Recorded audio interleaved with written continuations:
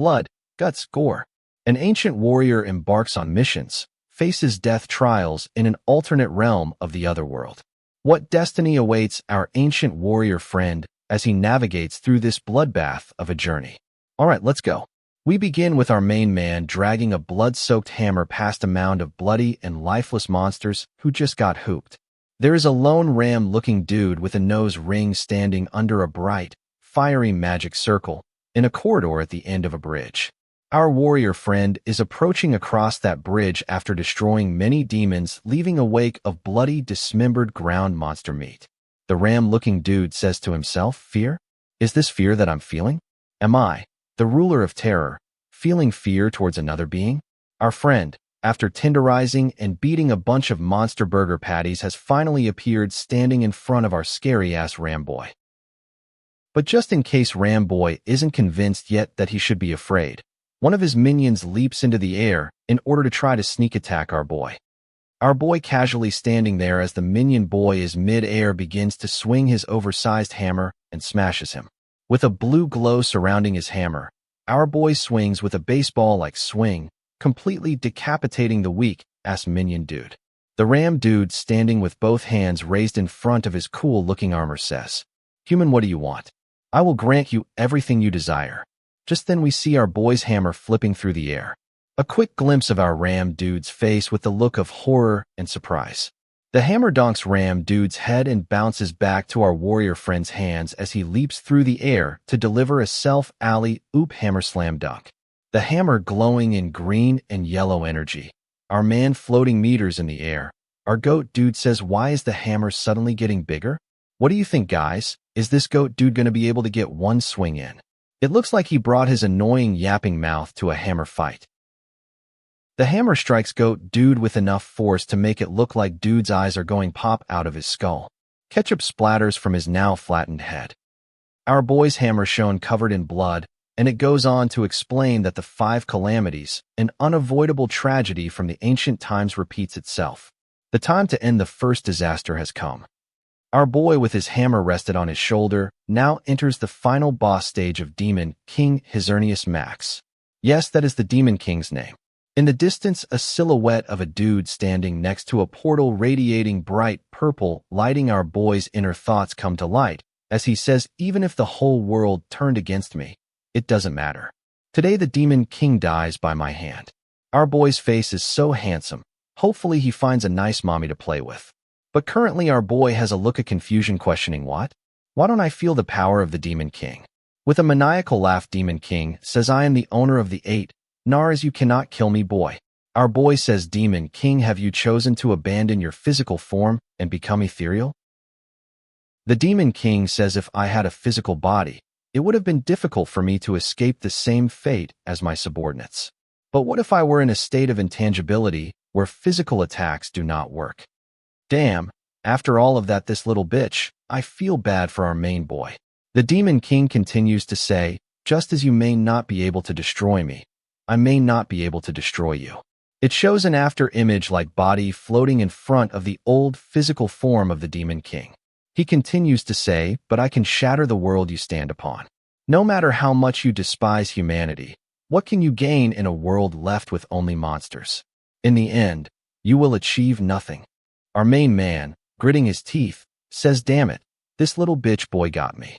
I have 0 magical ability from meager training. He's not an opponent I can easily eradicate.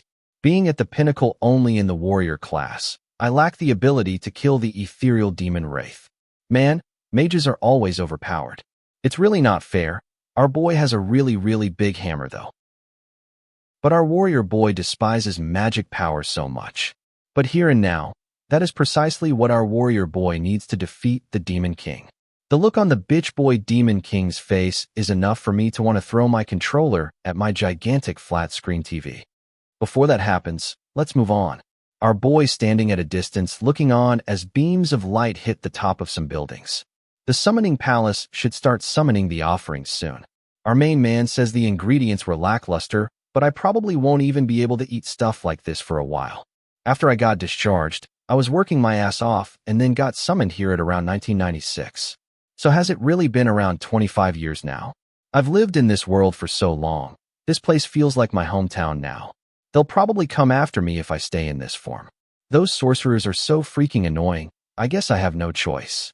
With that bright light blue light with purple hues swirls around our boy's entire body, and a system screen appears stating that you are activating a deceiver's curtain.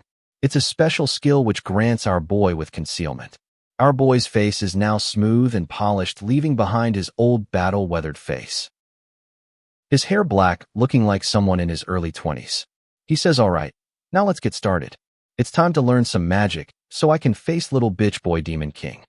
But I'll have to start from the beginning, from the Summoning Palace." In the underground waterway of the Summoning Palace, we see a wolf man wearing spiked armor and chains wrapped around his forearms, spear leaning against his shoulder. Our boy steps on the scene like a badass should and says, "Hey you, asshole," waking up the spiky wolf dude. Wolf dude is now up, spear in hand, as he yells out, "Who the hell are you?" Within an instant, our boy, hands clenched in a fist, is ready to pounce onto the spiky wolf dude. Our boy ain't no bitch. With no weapon in hand, he throws an uppercut right to wolf dude's jaw, leaving him with blood spraying like a fountain from his mouth. "Damn, you got knocked out cold, my boy." Our boy stands tall, fists still raised in the air, and says, "Good doggy." Doggy boy is then shown strung up by the neck with a flag that says, "Fuck this shitty ass world," written in what I presume is doggy boy's own blood. Yet again, another demon beast that was supposed to be guarding the underwater way was deleted without being able to make a single attack. Our main guy shown snapping a perfectly good spear. Like, get this garbage out of here. If any of you were still wondering how strong dude is, he bent the steel bars with his bare hands. Passes on through like it's nothing after one punching doggy boy. Damn. It's hard to breathe. The stench of blood is suffocating. As expected of the Summoning Palace. I didn't want to come back here after barely making it out alive. But this is the only way to stealthily obtain a classification of magic without being noticed too much. I have to blend in with the other summoners being called to this world and obtain a quest. Only then can I select magic as my subclass. I will start off as a level 1 though. In the Summoning Palace, the colorful energy continues to flow. And we see our first homunculus. Ugly as hell, isn't he? The ugly dude says after letting out a grotesque snicker. "I wonder what kind of trash humans will show up today. I can't wait, I'm so excited. These trash-ass sorcerers, hurry up and hand over the trash humans." Okay guys, this ugly-ass dude is really pounding in that everyone else is trash, and he runs things here. He continues, "I wonder how I should kill the disgusting humans newbies." Until our main boy reveals why he broke doggy boy's spear. Of course, he ties the spear head to a rope to create a harpoon-looking weapon. The harpoon strikes ugly boy's guts from the back and exits the front with a violent splash of red wine. As he's getting pulled back, it occurs to me that it was not his guts that was penetrated with the harpoon, but ugly boy's booty hole. Ouch. But at least someone is getting some action in this story. Our main boy is now a fisherman, spear fisher, mission accomplished. He grabs ugly boy's legs, while ugly boy says, "You crazy human bastard." I guess being penetrated from behind in the booty hole is light work for this dude, cause he's still trying to insult our main boy while dangling from his legs. Our main boy says, "Hand over the quest log." The quest logs? Are you crazy? I'll tear your limbs off. This dude is asking for it. And just like that, our main boy, with his bare hands, rips ugly dude's leg right off. Holy shit, that's gotta tickle. It's your choice. I'll just find another homunculus to ask then. Okay, I'll give it to you. Here it is, human. I was gonna say, you just had your booty hole and manhood penetrated by a harpoon, and your leg ripped off. Just give him the damn quest logs, and stop talking shit. The system screen shows up and states that you are holding the quest for Summoning Plaza. Will you carry out this quest? Our guy stands looking at the system screen, reading over the quest log for rank commoner. On the screen, we can see 3 quests. A romanticist, a social person, and finally an observant individual. Our boy then says raising my intuition is a priority. I even have a curse on me. Quest number 3, an observant individual. Condition: during a quest within the Summoning Palace, read the words on the main gate out loud. Reward: +1 intuitive power. The ugly boy, still hanging upside down, asks, "I'm human, are you going to let me live? This hurts a lot, you know." Our boy says, "Oh sure," as he throws the ugly piece of shit into the wall. Blood splatters onto the wall, and as the body slides to the ground, it leaves a blood-stained trail. He is of low rank. There's no listing for hidden quests. Well, whatever this should suffice. The offerings should be summoned soon. Let's wait and see. As our boy steps into the corridor, there's a crowd of people talking amongst themselves. Random mumblings like, "Hey, is there Wi-Fi here?" Or another calling out for their mother, completely oblivious as to where they're at or what's going on. Bad news, guys, the ugly dudes are multiplying.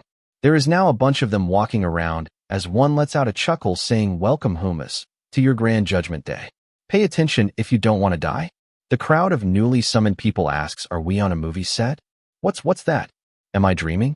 I know they're ugly as hell, and I have a feeling shit's about to get real quick. Meanwhile, our boy has arrived and says, "Nice.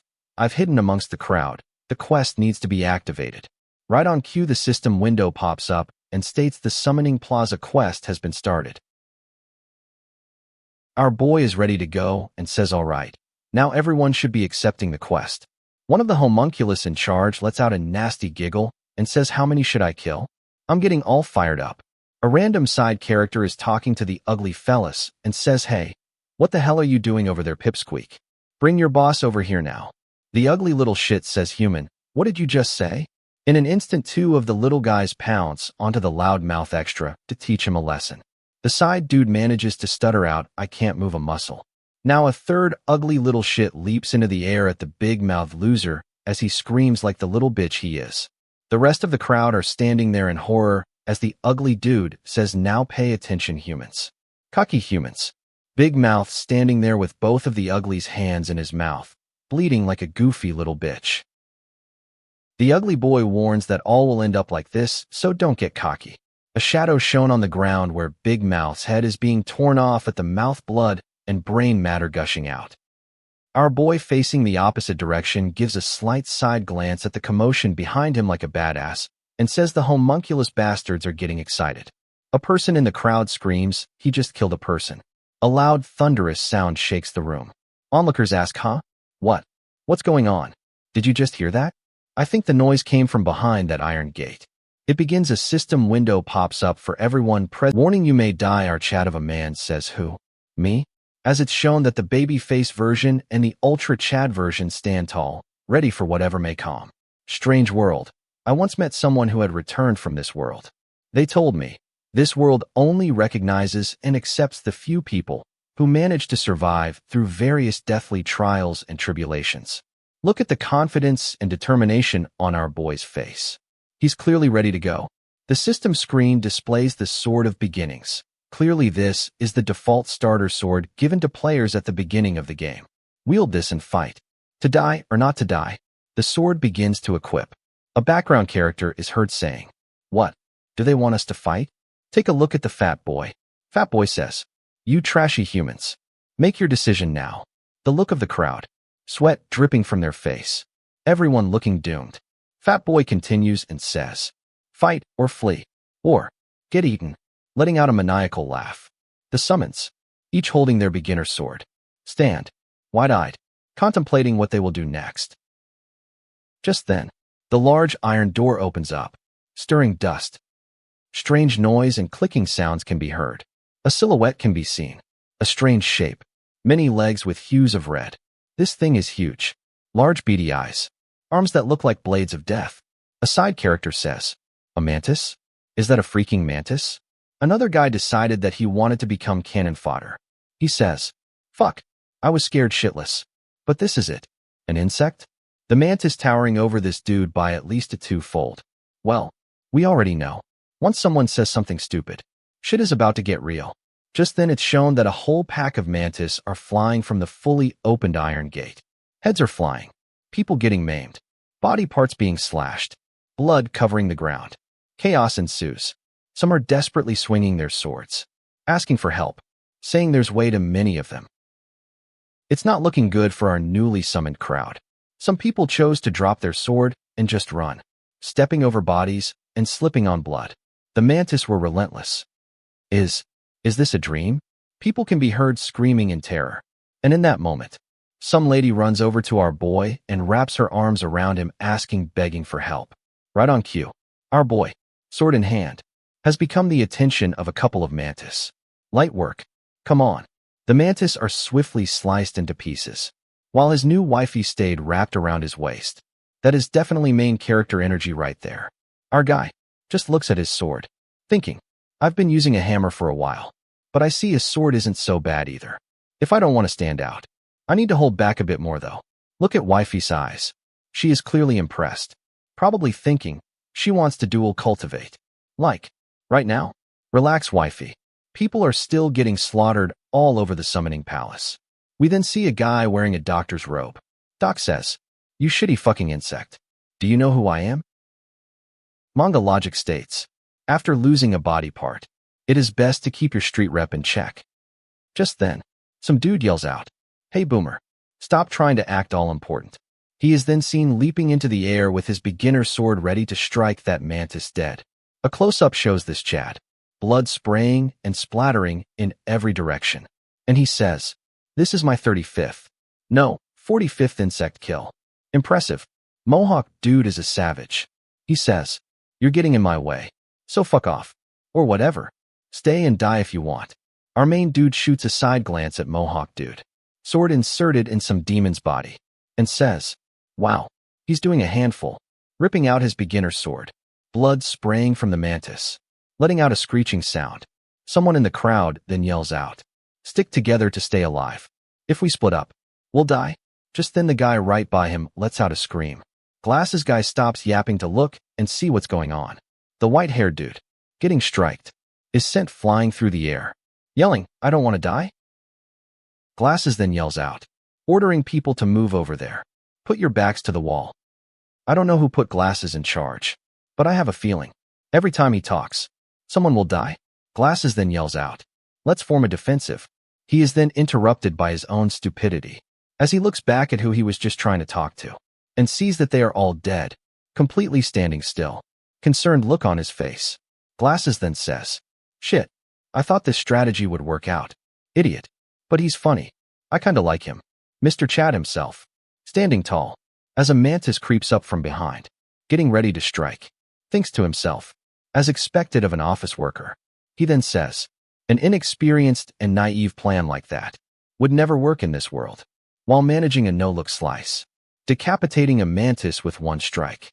We then move on to some kid wearing a bucket hat, a red jersey, has a wallet chain, and some fresh dunks. He is currently facing a mantis just meters away. But something happens. It seems that the mantis is non-aggressive towards this dude. Maybe it's because they are both decked out in matching fits. Our boy watched as the mantis just turned around and walked away. The bucket hat dude sighs in relief. Our main man asks, is he the chosen one? As he takes a glimpse of the balcony with the silhouette of two people standing, alone in their own private box seats.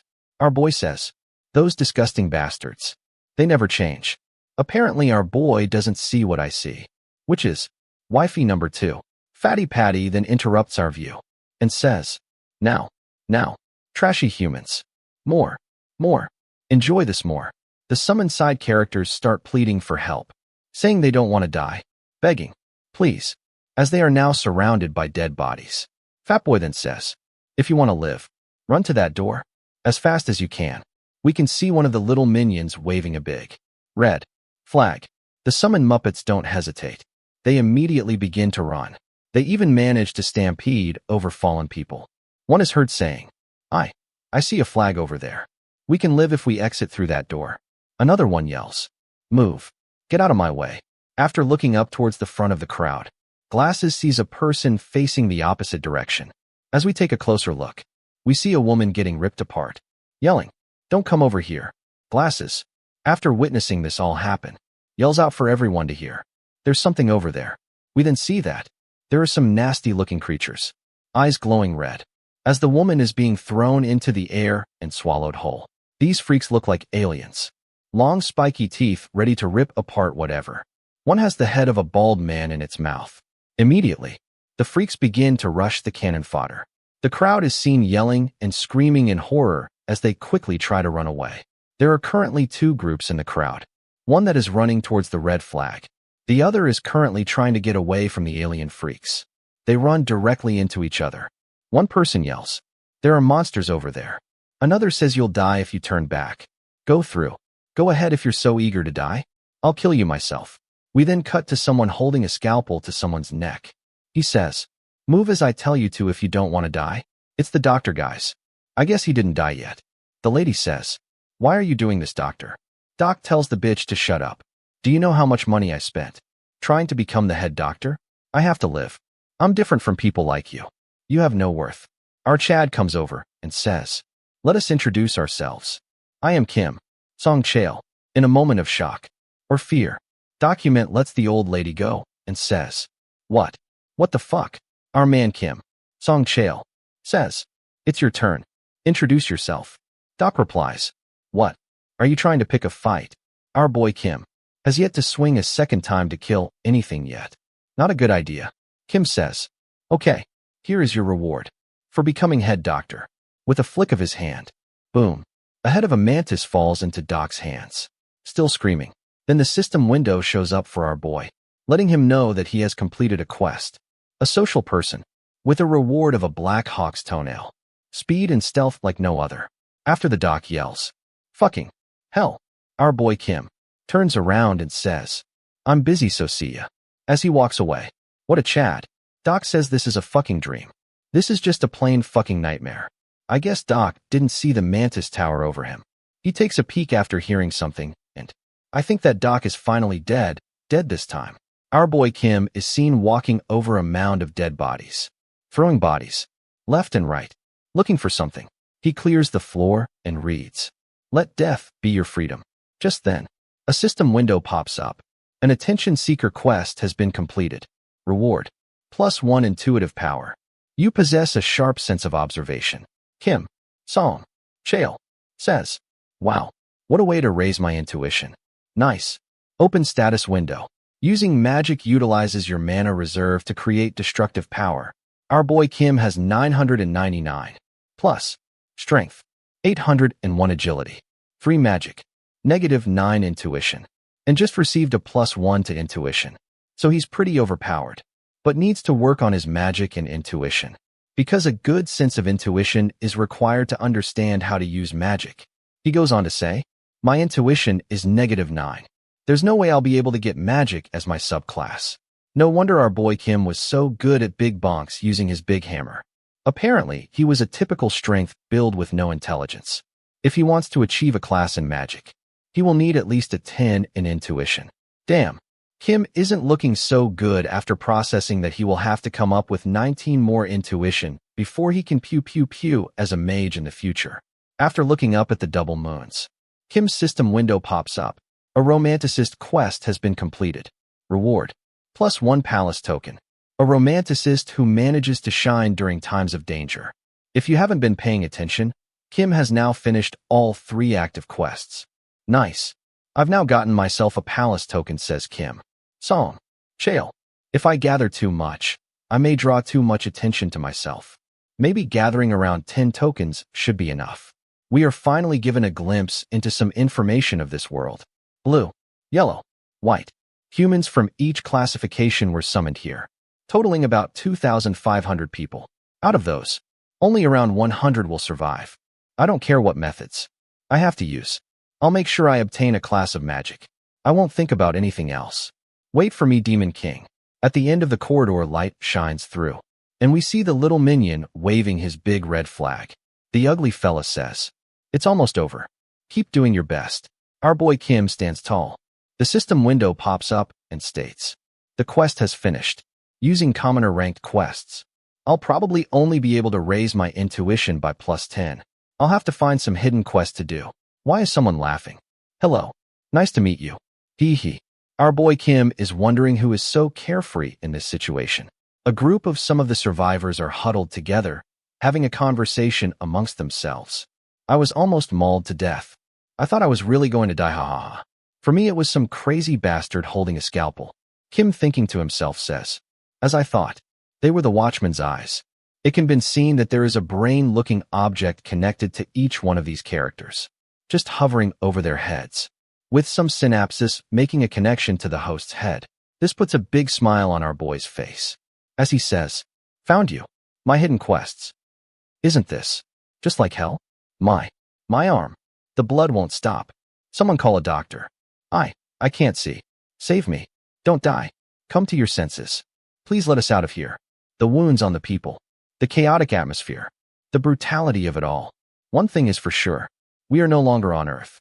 This is the other world. Glasses Dude asks, are you okay? People are doing the best that they can to help out in a hopeless situation. Glasses Dude sure knows how to pick him. The lady is in shock. She says, everyone is dead. Hee hee. The fresh blood. Hee. This dream is way too realistic. I guess she wasn't feeling our Glasses Dude. She gets up and starts running away, yelling, die? Everyone die? Hee ha.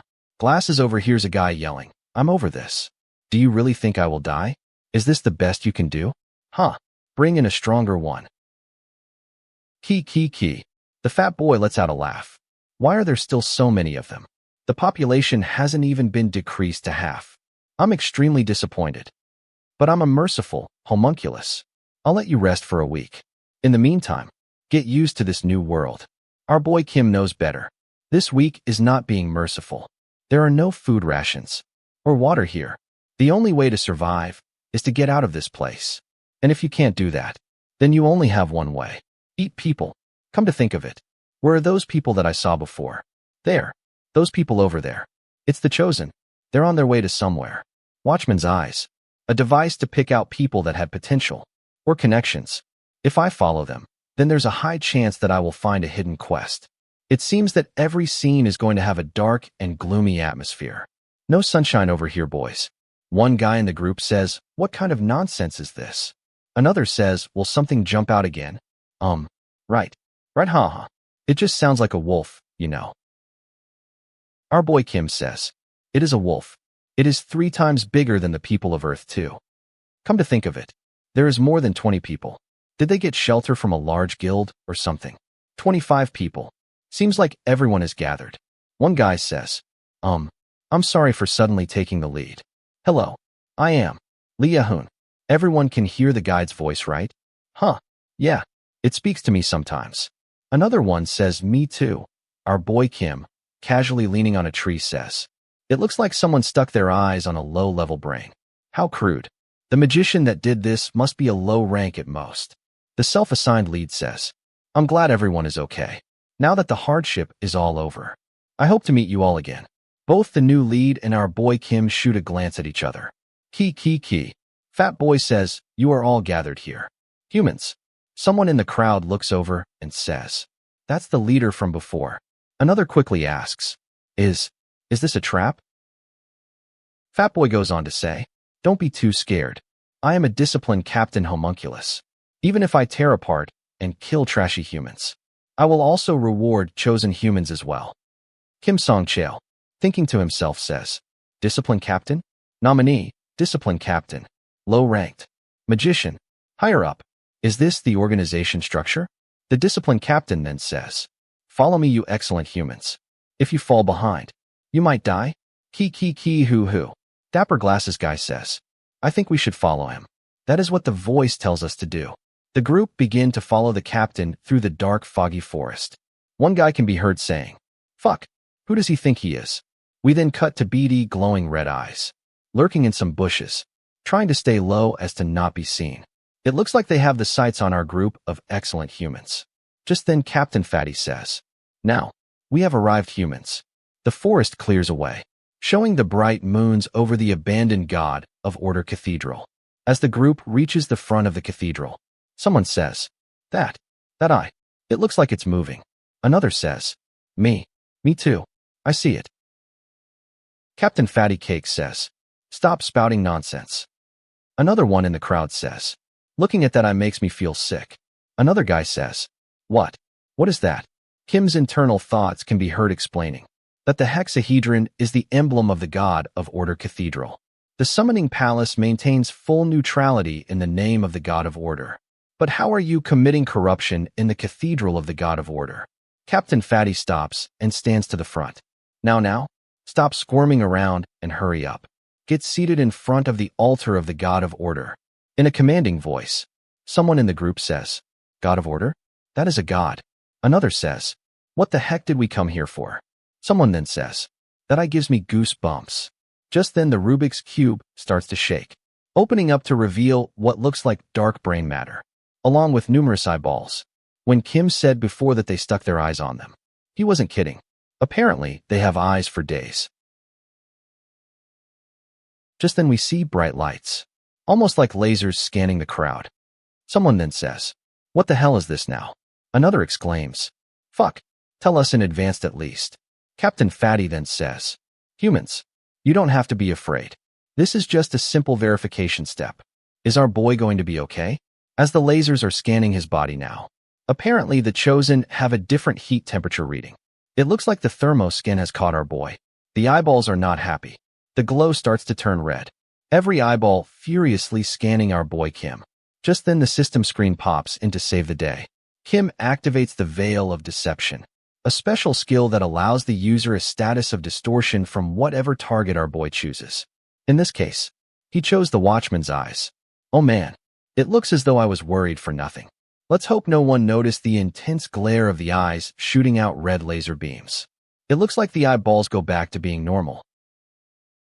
It also looks like at least one of the Chosen notices as well, as he gives our boy a side glance. Yeah, he looks like a snitch too. A system window pops up as the bigger eye glows brightly in the cathedral. It says, "Those who serve the good and right shall have the will of the God of Order." This awards +10 to strength, agility, and stamina. It sets a restriction, however, only in the area of the summoning palace. Well, having a free buff is always good. Everyone present now has a light blue and white glow to them. It seems as though our boy Kim has also received this buff. He goes on to say to himself, "Who would have known that a nominee would receive such a benefit from the start?" As I thought, this strange world is rotten from the start. Bro, you have all of those stats in the 8 and 900s. Captain Fatty then orders everyone to throw away all of those trashy weapons that you have and pick up your new weapons. These new weapons are 10 times better. With the new buff, and now the new weapons, the crowd begins to exclaim. They look just like the old swords. However, they're so much lighter. Another says, "Come get some. You monsters are screwed now." Mwahaha. Captain Fatty then says, "You all are chosen humans. So I, the fat disciplined captain, under my sincere guidance, will be able to get over the test and come back to the summoning palace." The cattle are still admiring their brand new +10 shiny swords. Smiles can be seen on their faces. Just then a minion is running into the cathedral. He then says, "I found more of the chosen humans, and I bring them here for you, Captain." The captain disciplined says, "How can this be? Without a doubt, there are 25 of you here. What are you human?" The new guy says, "Hey now, don't be so stern. I haven't introduced myself yet. Hello everybody. Sorry for being late. I'm Park Aram. I came late because I was pooping. A reasonable excuse, I would say." Captain Fatty was not amused. He says, "No, this won't do, poopy pants. The God of Order has already given his blessings, and the distribution of the weapons just ended right now." The little minion then says, "But Captain, the leader of the Iron Blood Knightage personally picked that human." Captain Fatty Patty says, Iron Blood Knight Age. We see that he is one of the two standing in watch from before in their private box seats. Looks like this guy has the special golden ticket." New guy then says, "You heard that right. End of introductions. Key. Fatty Patty says, "This isn't the first time summoning a human to this world, but how dare you fool the disciplined captain? All right, I'll commend you. As a reply, I'll rip you into shreds and kill you." Everyone is just standing there like he didn't just say that he'll rip poopy pants into shreds. Our boy Kim just says, "Iron Blood Knightage." As I thought, suddenly some dude steps behind trying to talk to our boy and asks, "Hey you, aren't you the rat that snuck into this place with us? Isn't that you?" Kim Song Chail just looks back unbothered, thinking, "Who is this guy? Who is this bastard?" Captain Fatty, furious, yells out, "There is a human that tricked me amongst you all. Hey buddy, it's you. Isn't that you?" Our boy Kim is like, "Oh, this bastard. Snitches get stitches." Apparently this dude is a bigger bitch than I thought. As he says, "How scary. Why are you staring like that? If I'm wrong then whatever. But judging by the state of your clothes, it's filled with so many traces of fighting someone." Kim Song Chail looks back with a menacing look. Eyes dark, coat drenched in blood. Snitch dude says, "Do we really have to try that hard to fight?" Our boy Kim just says, Oh, isn't that an acute critic? I don't really know what that means, but apparently it was enough to make this guy back off for a bit as he says, I'm in charge of giving good opinions. We then cut to the new lead guy who says, how about we introduce ourselves? Apparently only our boy can see the floating brains above the chosen people. Lead dude says, I'm Leonese. Man, these artists really know how to draw people in a way to really make you hate them instantly. Kim thinking to himself, as I thought, he's quite clever. I don't like that. Poopy Pants says, I'm Dolorance Winterler. Another guy says, I'm Off Nidell. One says, I'm Gundamp. I'm Harry Motor. I'm Tumbletoe. Says another. These names are really putting my AI to work. Old fart. How about running now? You can't die in vain. Am I right? Is that so? Then can I stand in front of you? The snitch then says, wow, you're handling it head on. What a man. Our boy says, let us see who dies in vain. I need to see what I can get from this summoning slot. The system window pops up. It states, using the claws of the secret guardian knight. Black Hawk claws. A blue glow flashes and swirls through the air. Kim says, the watchman's eyes are mine now as the claw flies behind him from the system screen. The Black Hawk claw then latches onto the floating watchman's eye of our snitch friend. The claw is snatched away, being pulled back to the palm of our boy's hand. Our boy Kim catches the squishy brain mid-flight with his bare hands. This scene, it looks weird. It looks wrong. What the heck happened? Kim thinking to himself, what is this? Isn't it wrong for me to be holding this in my hand? No matter how lousy this is. How can I get it this easily?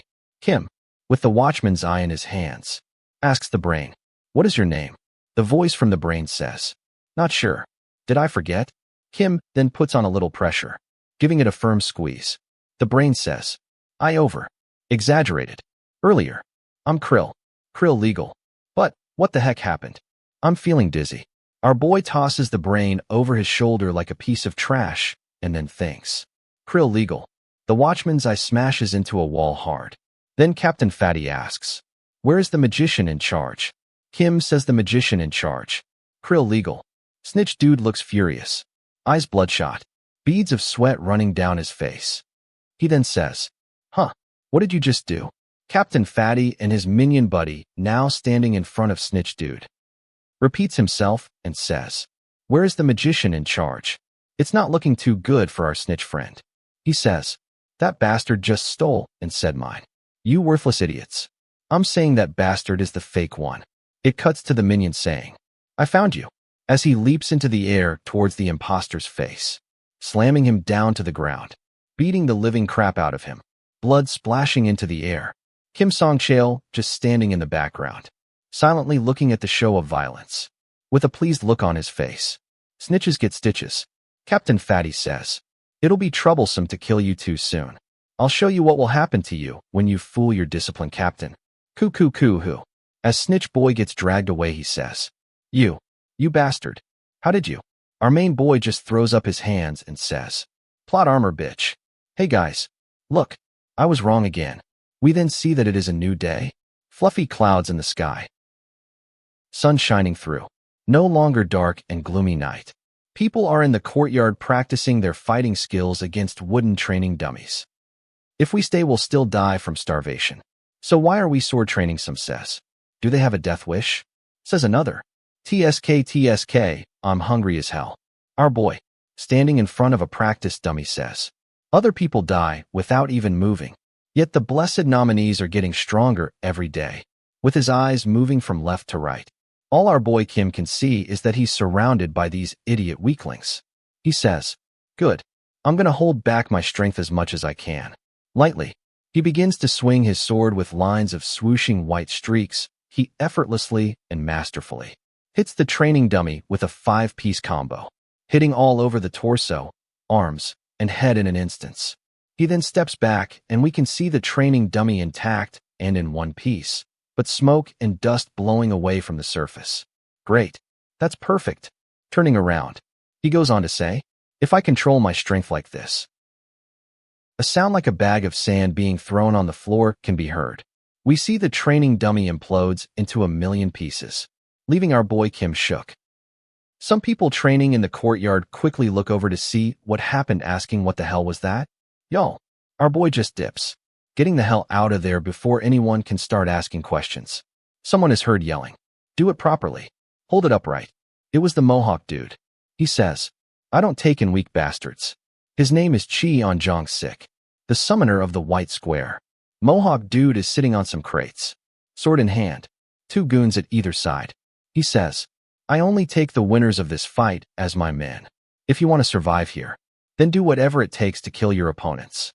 A scene of 2 opposing groups, ready to brawl in a death match, is shown. Our boy Kim thinking to himself, kill each other to survive. In other words, survival of the fittest. As Kim is leaning on the wall, he notices Mr. Poopy Pants. He then says, Park Air Ram. Mr. Poopy Pants said that he was the nominee from the Iron Blood Knightage. Mr. Golden Ticket Boy himself. Should I keep an eye on him as well? We then cut to a scene where people are sheltering themselves from the sun in the shade. One says, oh, I'm so frickin' hungry. Should we go out of the rampart? Another dude says, are you crazy? This is the outer world. You never know when something is gonna pop out and fuck you up. If you want to survive, then you will sit your ass there and eat the breadcrumbs that you were given. Well, that's a relief. At least they don't have to eat people yet. Just then a commotion is heard in the courtyard. It looks as though people are fighting over the scraps given. One can be heard saying, let go. It's mine. I'll eat it first. The fighting gets pretty intense, as a guy throws an elbow right into Mommy's boobies. He says, get away, ho. Mommy's on her knees, begging, please, share a little bit with me. And, whose glasses are these? As he cleans off his glasses, he says, since being summoned here, it seems that the Iron Blood Knightage is my father. I receive favors without responsibilities. That's right, you guessed it. It's Mr. Poopy Pants. Poopy Pants sets his eyes on Mommy Friend. He then says, I might as well put that favor to good use. After he is done cleaning his glasses, he reaches over and puts them on Little Mama. He then says, what's up, Little Mama? You want to come walk with me, go grab a bite to eat together? Little Mama was like, okay, Daddy. The look on Mr. Poopy Pants' face is alluding to something super nasty. Our boy just stands there doing nothing. When a dude that poops his pants just took his bitch. Gotta give it to Mr. Park. He's a certified pimp, y'all. As the sun begins to set, we see the glows of pinks and oranges in front of a silhouette of the trees. Our boy is making his way through the woods. Kim stumbles onto Little Mama's shoes, pants showing splatters of blood, belly ripped open, blood-soaked shirt next to her on the ground. Bread smashed into her mouth like a gag. Still wearing Mr. Park's glasses. I guess he didn't need them. Our boy Kim, standing over Little Mama's blood-soaked body, says, Poopy Pants took his jokes way too far. This is too much. She could have been wifey number 2. Damn you, Park Air Ram. This is messed up. Look at our boy's face. Mr. Poopy Pants doesn't know it yet, but he fucked up. Kim says to himself. The name of the person in charge was Dolorance Winterler. I need create an event to lure her out. I need to set up a chance encounter with that woman. Just then Kim can feel a menacing, killing intent coming from behind him. He turns around to see a little puddle of red ooze. I don't know what this is, but we'll call it a blood slime monster.